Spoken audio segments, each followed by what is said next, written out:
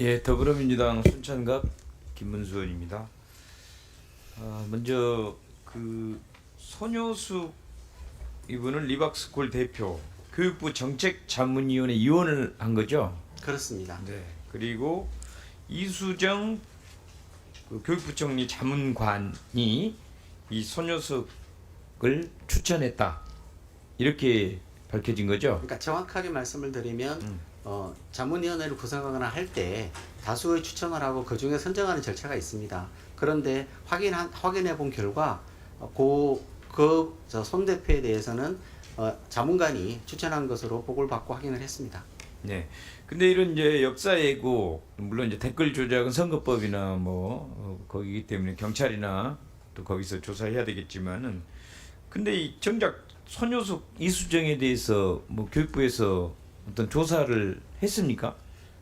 손효석에 대해서는 지금 저희가 관련된 개인이기 때문에 관련되는 사항들에 대해서 지금 학교에 대한 조사, 전수조사를 하고 그 과정에서 추가적인 사항 중에서 위법행위나 부당한 행위가 있다고 그러면 관련되는 추가적인 조치를 취하겠습니다. 이수정 자문관은 그냥 거기 자문위원회를 구성하는 역할에서 여러 다수 추천자 중에 한 사람을 추천한 일이기 때문에 그 부분에 대한 직접적인 상황은 제가 직접 당사자에게 확인한 결과 개인적인 관계가 있거나 그런 건 없는 것으로 확인을 했습니다. 근데 어떻게 추천을 한 거죠? 이제 저기 자문위원회 구성을 할 때 일반적으로 보면 다양한 분야의 그런 전문가들 추천 받는다고 하는데 그 중에 하나가 우리 자문관이 유초중등 교육을 잠깐 자문을 하는 역할이었기 때문에 그 역할을 하는 과정에서 추천을 받은 것으로 확인을 했습니다. 근데 전혀 모르는 사람을 추천이라는 것 자체가 뭔가 관련이 있어서 보증을 하기 때문에 추천을 하는 거잖아요. 그걸 믿고. 네, 그래서 그 추천이라는 의미가 없잖아요. 만약 그렇게 하지 않았다. 아까 말씀드렸습니다만은 이제 확대하는 과정에서 다양한 분들을 추천을 받았고 추천받은 분들 중에서 선정하는 과정에서 당시에는 특이사항이 없어서 확인하지 못한 결과 추천되었는데 절차는 저희가 좀 더 정밀하게 만들 필요가 있다고 생각을 예. 합니다. 근데 두 분 다 한 분은 6월 1일 날 의원직을 사임을 하고, 그다음에 자문관 이수정 자문관도 6월 3일 날 그만두잖아요. 그러니까 6월 근데 5일 보통은 날 행정적으로 복귀하는 걸로 특히 되어 자문관 있습니다. 같은 경우는 이 공직자인데 공무원 신분 아닙니까? 공무원 신분에 문제가 발생되면 이게 조사를 완전히 끝나기 전에는 사직을 못 하는 거 아니에요? 그러니까 자문관은 지금 그 지위가 민간 파견 전문가입니다. 그 대학의 소속을 두고 있는 민간 파견 전문가고요. 지금 이게 위법한 상황이나 그런 것은 저희가 아니라고 보고 있기 때문에 일단은 원래 사실은 지금 대학으로 복귀하는 절차는 실무적으로 확인해 본 결과 그 전에 진행되고 있었다고 확인을 했습니다. 이런 부분도 좀 제도적인 문제가 있는 건지, 어쨌든 공직자 신분으로 있었던 사람이 이런 사고가 났을 때 바로 이렇게 사직을 임기가 끝나기 전에 하는 것도 이런 문제는 있는 것 같습니다. 이건 어쨌든 제도적으로 보완을 하든 해야 될 것 같고요. 그 다음에 아까 이제 손효숙 대표 리박스쿨 대표 보면은 대한민국의 5.90공화국이 들어서면서 완전히 새로운 모양을 갖췄다라든가, 또 5.18은 완전히 진짜 공산 폭동이었다. 또 바른 역사, 정방향의 역사를 학교에 들어가서 얘들하고 얘기를 하는 거다. 물론 이제 아까 다 이미 나온 이런 아예 헌법 자체를 부정하고 5.18에 대해서 이렇게 왜곡하는 사람들을 고의적으로 침투를 시킨 거 아닌가 이런 생각이 듭니다. 사실은 교육부라고 하는 거는 이런 거를 못하게 해야 되는데, 그 다음에 교육부 정책자문위의 규정에도 보면 교육부 정책에 관한 학식과 경험이 풍부한 사람, 또 대통령령에도 자문할 분야에 관한 학식과 경험이 풍부한 전문가를 하라 이렇게 돼 있거든요. 근데 손효숙은 어떤 전문성이 있어서 이게 추천된 거죠? 그 자세한 내용은 저희가 조금 더 확인해서 보고를 드리겠습니다만 그 당시에 유초중등 교육을 담당하는 분야에서 활동한 거를 전제로 해서 추천한 것으로 지금까지. 그러니까 이런 규정에 있는 자격조차도 확인도 되지 않은 상태에서 추천이 됐는데 교육부에서 이런 것을 정확하게 관리 감독을 하지 않고 방치하면서 문제가 됐다고 봅니다. 네, 그다음 보겠습니다.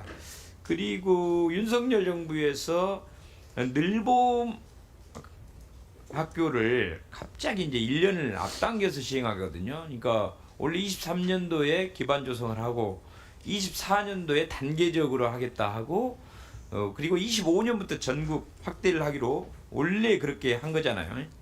근데 교육부 장관이 느닷없이 23년 8월 9일 날 천안 불당초에 방문해서 민간의 참여를 활성화하면서 동시에 늘봄학교 전국 확산 시기를 당초 25년에서 1년 앞당기겠다고 발표를 합니다. 이런 사실이 있죠. 네, 그 준비하는 과정에서 사실 늘봄을 저희가 해야 되는 가장 큰 이유는 잘 아시는 것처럼 하나는 돌봄 대기가 굉장히 큰 문제예요. 예, 잠깐만요. 제가 시간이 없기 때문에 나중에 답변 듣도록 하고. 근데 이 한 달 전에 이게 장관이 1년 앞당기겠다고 하기 한 달 전에 어떤 일이 있었냐면 윤석열 대통령이 수원의 한 초등학교에 늘봄학교를 방문하고 제가 지난 국정감사 때 여기서 하루에 2천만 원짜리 이벤트 행사를 하고 갔다는 걸 제가 주장한 적이 있었거든요. 네, 네.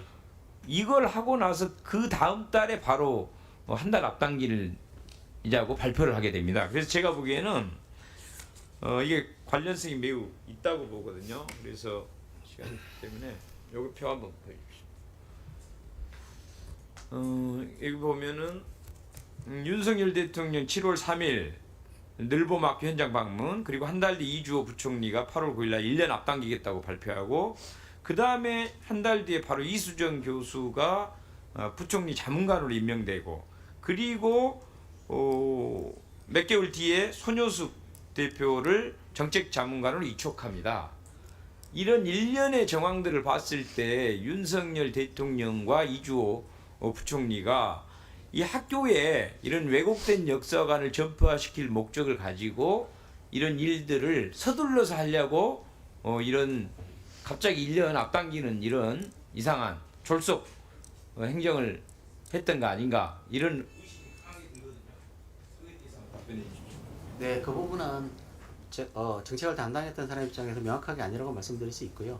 늘봄학교는 국정과제입니다. 국정과제에 따라서 진행했는데, 사실 이거는 제가 우리 그 문재인 정부 때 돌봄을 담당했던 국장이기도 합니다. 그러니까 그런 사항들을 보면 사실 돌봄과 관련되는 영역들은 모두가 다 해결해야 될 과제이고요. 그 과제를 해결하는 데 있어서 매년 제가 알았던 가장 큰 아픔은 돌봄 대기하고 그 다음에 조기 학교에 따른 학생 보호 문제였습니다.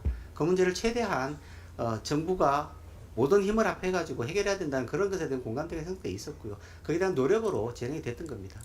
진행되는 과정에서 이 교육활동을, 편향된 교육을 가르치는 장으로 만들겠다는 생각을 하는 어른들은 용납될 수 없습니다.